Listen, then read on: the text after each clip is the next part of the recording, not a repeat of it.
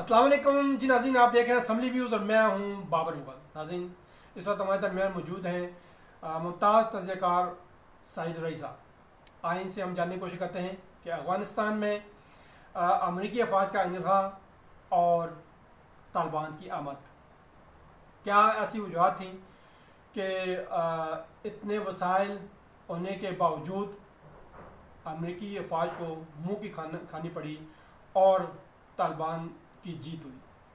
اس حوالے سے ان سے بات کرتے ہیں۔ جی رئی صاحب، آپ کیا کہتے ہیں؟ جی یہ کوئی چھوٹا سوال نہیں ہے، یہ بہت مشکل سوال ہے۔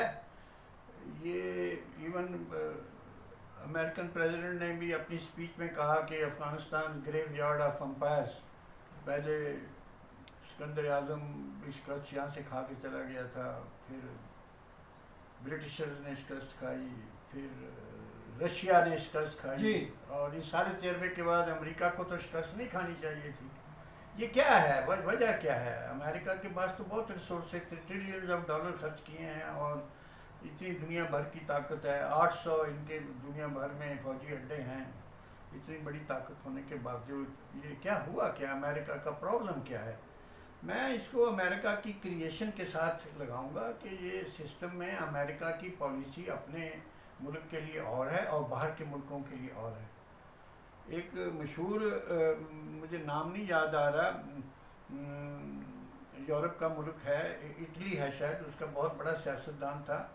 اس نے پچھلی سینچری میں اٹلی کو اکٹھا بھی کیا تھا اور بڑا زبردست سیاستدان تھا۔ اس نے کہا تھا یہ ہماری حکومتیں جو ہیں نا، جو یہ باہر کے ملکوں کے ساتھ جو کرتی ہیں اپنے عوام کے ساتھ وہ کریں تو وہ شیطان کہلائیں۔ یس، اس کا مطلب تھا کہ ہماری پالیسی باہر کے ملکوں کے لیے اور ہوتی ہے، اپنے لوگوں کے لیے اور ہوتی ہے۔ تو امریکہ کو دیکھیں تو میں دو لفظوں میں کہوں گا، امریکہ باہر کے ملک کے لیے پروفٹ آف ڈوم ہے، لیکن اپنے ملک کے لیے وہ پروفٹ آف بوم ہے۔ میں اس کی وجہ بتاتا ہوں۔ ڈوم و بوم کی کیفیت۔ ہاں، وہ باہر کے ملک جہاں بھی گیا ہے، وہ ایون امریکن کے سیاستدانوں نے اور ان کے پولیٹیشین نے کہا ہے جو امریکہ کا دوست بنے گا وہ تباہی کی طرف جائے گا۔ اس کی پالیسی ایسے ہے کہ وہ کہیں پر بھی اکنامک ڈیولپمنٹ نہیں ہے، وہ فوجی ڈیولپمنٹ ضرور کرے گا۔ اب افغانستان میں اتنا اسلحہ چھوڑ گیا لیکن کوئی کارخانہ چھوڑ کے گیا ہے کہ وہاں لوگوں کو جابز مل رہی ہوں، کوئی ترقی ہوتی ہو، کوئی ان کی اکنامک ترقی کے لیے کوئی ذرائع پیدا کیے ہوں؟ 20 سال میں کچھ بھی نہیں کیا، صرف اسلحہ چھوڑ گیا تاکہ آئندہ بھی 50 سال وہ لڑتے رہیں۔ تو باہر کے ملکوں کے لیے اس کی پالیسی ہے پروفٹ آف ڈوم، اپنے ملک کے لیے نہیں ہے۔ اپنے ملک کے لیے یہ پروفٹ آف بوم۔ میں اس کے بیک گراؤنڈ بتاتا ہوں۔ آج سے 300 سال پہلے جب امریکہ نے انگریزوں سے آزادی لی تو یہاں ملیشیا بنی، ان کی ریگولر فورس تو نہیں تھی۔ واشنگٹن نے برٹشر کو شکست دے کر اپنا ملک بنا لیا، چاہے وہ ٹیررزم میں بنا، چاہے وہ فوجی طاقت سے بنا، جمہوریت سے تو نہیں بنا تھا۔ تو ٹھیک ہے، انہوں نے بنایا، لیکن اس کے بعد امریکہ کی پالیسی کیا رہی ہے ہم نے دیکھنا ہے، اپنے ملک میں کیا کیا ہے۔ اس کے بعد یہ نیا ملک تھا، وسائل بہت تھے، تو یورپ اور دوسری جگہوں سے لوگ آ گئے، گولڈ رش شروع ہو گیا کہ وہاں سونا ہے، چلو جی۔ تو امریکہ کی یہ خوش قسمتی ہے کہ اکنامک ڈیولپمنٹ میں وہ رستہ اس نے لے لیا جی، اور وہ اکنامک ترقی کی ہے، اس میں کوئی شک نہیں ہے۔ دنیا میں سب سے بڑی اکنامک پاور بنی ہے، تو اپنے ملک کے لیے تو وہ پروفٹ آف بوم رہا۔ لیکن باہر کے ملکوں کو وہ بہت سارے خوبصورت الفاظ بتاتا ہے، جمہوریت، وومن رائٹس اور جناب یہ آزادی بیان ہے، پریس ہے، یہ ہے، وہ ہے، ایجوکیشن ہے۔ لیکن یہ چیزیں کیسے آئی ہیں؟ امریکہ میں بھی کیسے آئی ہیں؟ کیا امریکہ میں وومن رائٹس پہلے دن آ گئے تھے؟ لاکھوں انہوں نے ریڈ انڈینز کو مارا ہے شروع میں، وہ کہاں تھے ہیومن رائٹس اس وقت؟ لاکھوں انہوں نے بلیکس کو لائے ہیں افریقہ سے، مار مار کے پتہ نہیں کس طرح، اور اپنی اکانومی کو اچھا کیا۔ تو اس وقت ہیومن رائٹس کہاں تھے؟ ہیومن رائٹس شروع میں نہیں آتے، نہ جمہوریت آتی ہے، نہ ہیومن رائٹس آتے ہیں، نہ وومن کے رائٹس آتے ہیں۔ پہلے آپ اکنامک ترقی کرتے ہیں۔ چائنا نے اس طرح کیا ہے، چائنا نے جو ترقی کی ہے اس نے، ہو سکتا ہے ہیومن رائٹس میں اس کی کچھ کمیاں ہوں جو وہ پوری کر لے، لیکن اس نے اکنامکس میں پروفٹ آف بوم بنا اپنے ملک کے لیے۔ دیکھیں امریکہ کے مقابلے میں کھڑا ہو گیا۔ تو امریکہ نے بالکل اپنے اندر پروفٹ آف بوم رہا ہے، لیکن باقی رائٹس نہیں دیے اس نے۔ ریڈ انڈینز کو لاکھوں مارے ہیں انہوں نے، کون ان کا پوچھے گا؟ بلیکس کے ساتھ ابھی بھی ظلم ہو رہا ہے. وہ تو شکر ہے کہ ابراہیم لنکن کے تاریخی ایک آدمی آ گیا, ورنہ امریکہ کی اکانومی وہیں رہتی. وہ میں نے ڈبلیو راسٹر کی کتاب پڑھی ہے, اس وقت اس کی 10% تھی سیونگز اینڈ ری انویسٹمنٹ. وہ ٹیک آف سٹیج میں آیا تھا لیکن جا نہیں رہا تھا کیونکہ غلامی تھی. دو نارتھ اور ساؤتھ میں ریاستیں آپس میں لڑ رہی تھیں, غلامی کی فیور میں تھی. تو جب اس طرح کا جھگڑا ہو تو وہ ترقی تو نہیں ہو سکتی.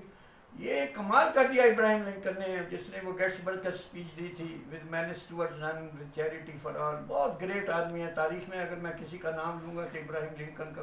اس نے امریکہ کو وہ رستہ دکھا دیا اکنامک ڈیولپمنٹ کا. اور یہ ٹھیک ہے, آہستہ آہستہ پھر کالوں کو آزادی ملنی شروع ہوئی, پھر وائٹس کو, پھر ایجوکیشن, پھر عورتوں کو آزادی ملنی شروع ہو گئی. تو جب رائٹس آیا ہے 1920 میں, 1915 میں رائٹ برادرز نے جہاز اڑایا, تو وہ ٹیک آف سے پھر وہ میچورٹی کی سٹیج میں چلا گیا. وہ جہاز بھی بتا رہا ہے کہ امریکہ میچورٹی کی سٹیج میں آ گیا ہے. 20% اس وقت گروتھ ہو گئی تھی, آپ کو پتہ ہے, سیونگ اینڈ انویسٹمنٹ میں. تو امریکہ نے بڑی اس لحاظ سے اکنامک ترقی اندر کی ہے, اس میں کوئی شک نہیں. لیکن باقی چیزیں وہاں بعد میں آئی ہیں, یہ یاد رکھیے گا. چاہے ڈیموکریسی ہو, چاہے ہیومن رائٹس ہو, چاہے بلیکس کے رائٹس ہوں, چاہے تعلیم ہو عورتوں کی, یہ امریکہ میں بہت دیر کے بعد چیزیں آئی ہیں. اور یہ چیزیں آتی ہیں جب آپ کی طاقت ہوتی ہے. جب آپ میں طاقت نہیں ہوتی نا, تو یہ چیزیں نہ تعلیم آتی ہے, نہ جمہوریت کا کوئی فائدہ ہوتا ہے, نہ وہ ڈیولپ ہو سکتی ہیں. پرائم منسٹر صاحب نے کل بڑی اچھی تقریر کی ہے, میں بڑا خوش تھا. ہمارے عمران خان صاحب نے, انہوں نے کہا تھا جب آپ کے اندر معاشی طاقت آتی ہے تب عورتوں کو رائٹس ملنے شروع ہوتے ہیں, ویسے پہلے رائٹس نہیں ملتے. جب عورتوں کو معاشی قوت ملی تو 1910 کے قریب پھر عورتیں بھی امریکہ میں وہ رائٹس لینا شروع ہو گئی.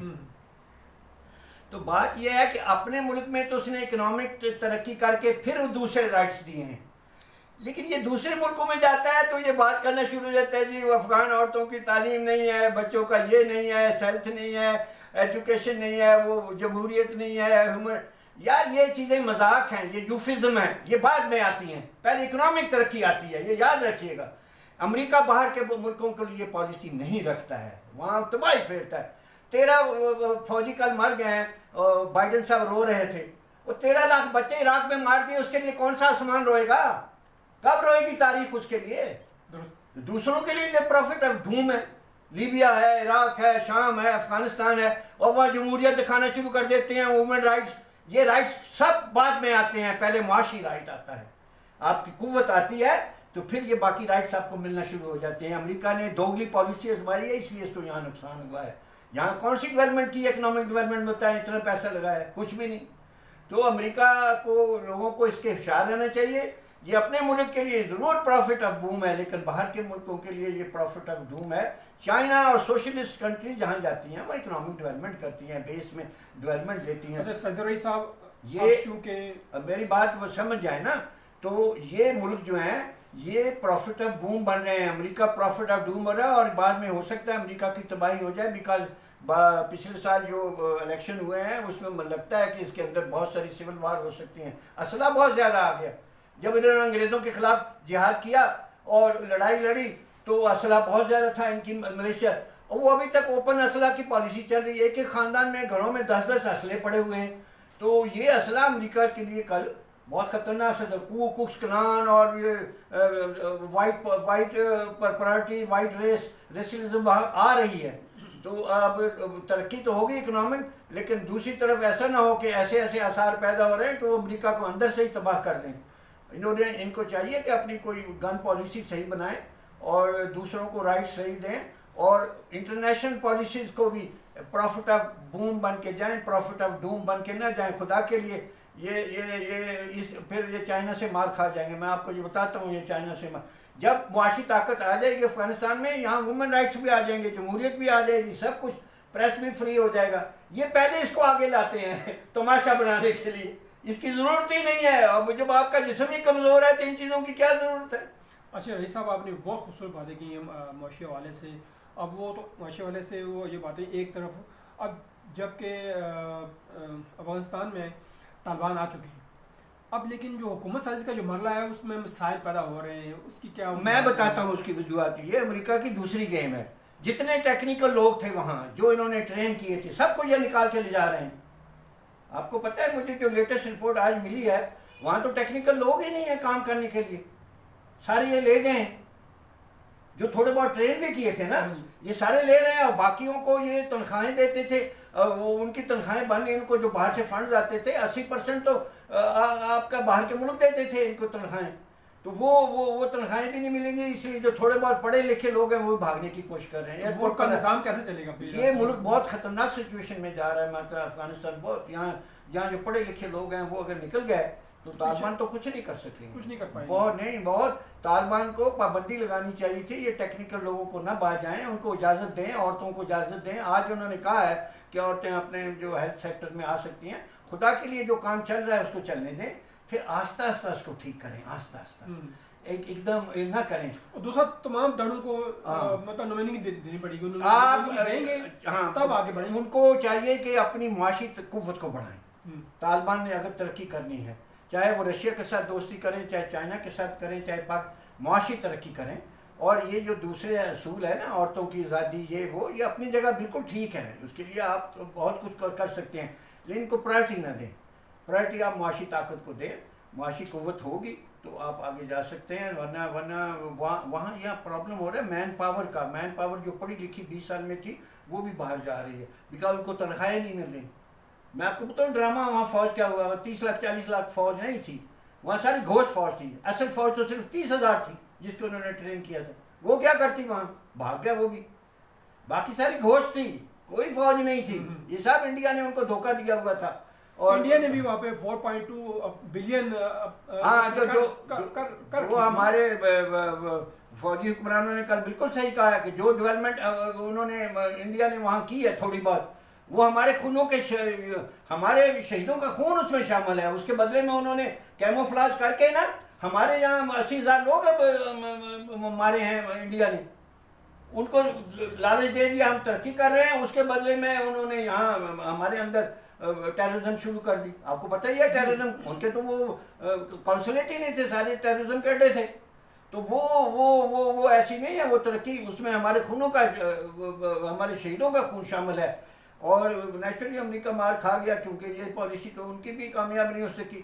تو اس وقت ان کی ترقی کا سب سے پہلا پوائنٹ ہونا چاہیے طالبان کا، معاشی ترقی میں اپنا حصہ ڈالیں، معاشی ترقی کریں، لوگوں کو روکیں اور ان کو جابز دیں، جیسے بھی، چاہے چائنا سے کریں، چاہے رشیا سے کریں، چاہے پاکستان سے امداد لیں، دوسرے اسلامی ملکوں سے مدد لیں، اور اپنی اکنامک ترقی کی طرف پہلا ان کا ہونا چاہیے۔ اگر وہ یہ نہیں ہوگا نا تو باقی چیزیں یہ ویسٹ تو مذاق بناتا رہے گا، وومن رائٹس فلانا رائٹ، وومن رائٹس امریکہ میں 300 سال کے بعد آئے تھے، کیسی بات کرتے ہیں آپ؟ بہت شکریہ، آپ کا، بہت شکریہ بھائی صاحب، یہ تھے سعید الرئیس صاحب، ممتاز تجزیہ کار۔ ناظرین ڈیفینیٹلی اس میں کوئی شک نہیں، طالبان کو معاشی ترقی کی طرف توجہ دینی چاہیے، اس کے بعد ہی آگے مرحلہ وہ شروع ہوگا، ٹیکنیکل لوگوں کو آگے لانا چاہیے، اس میں کوئی شک نہیں ہے۔ اس کے ساتھ ہی ناظرین آپ سے ہم اجازت چاہتے ہیں، دیکھتے رہیے گا 80 نیوز، اجازت، اللہ حافظ۔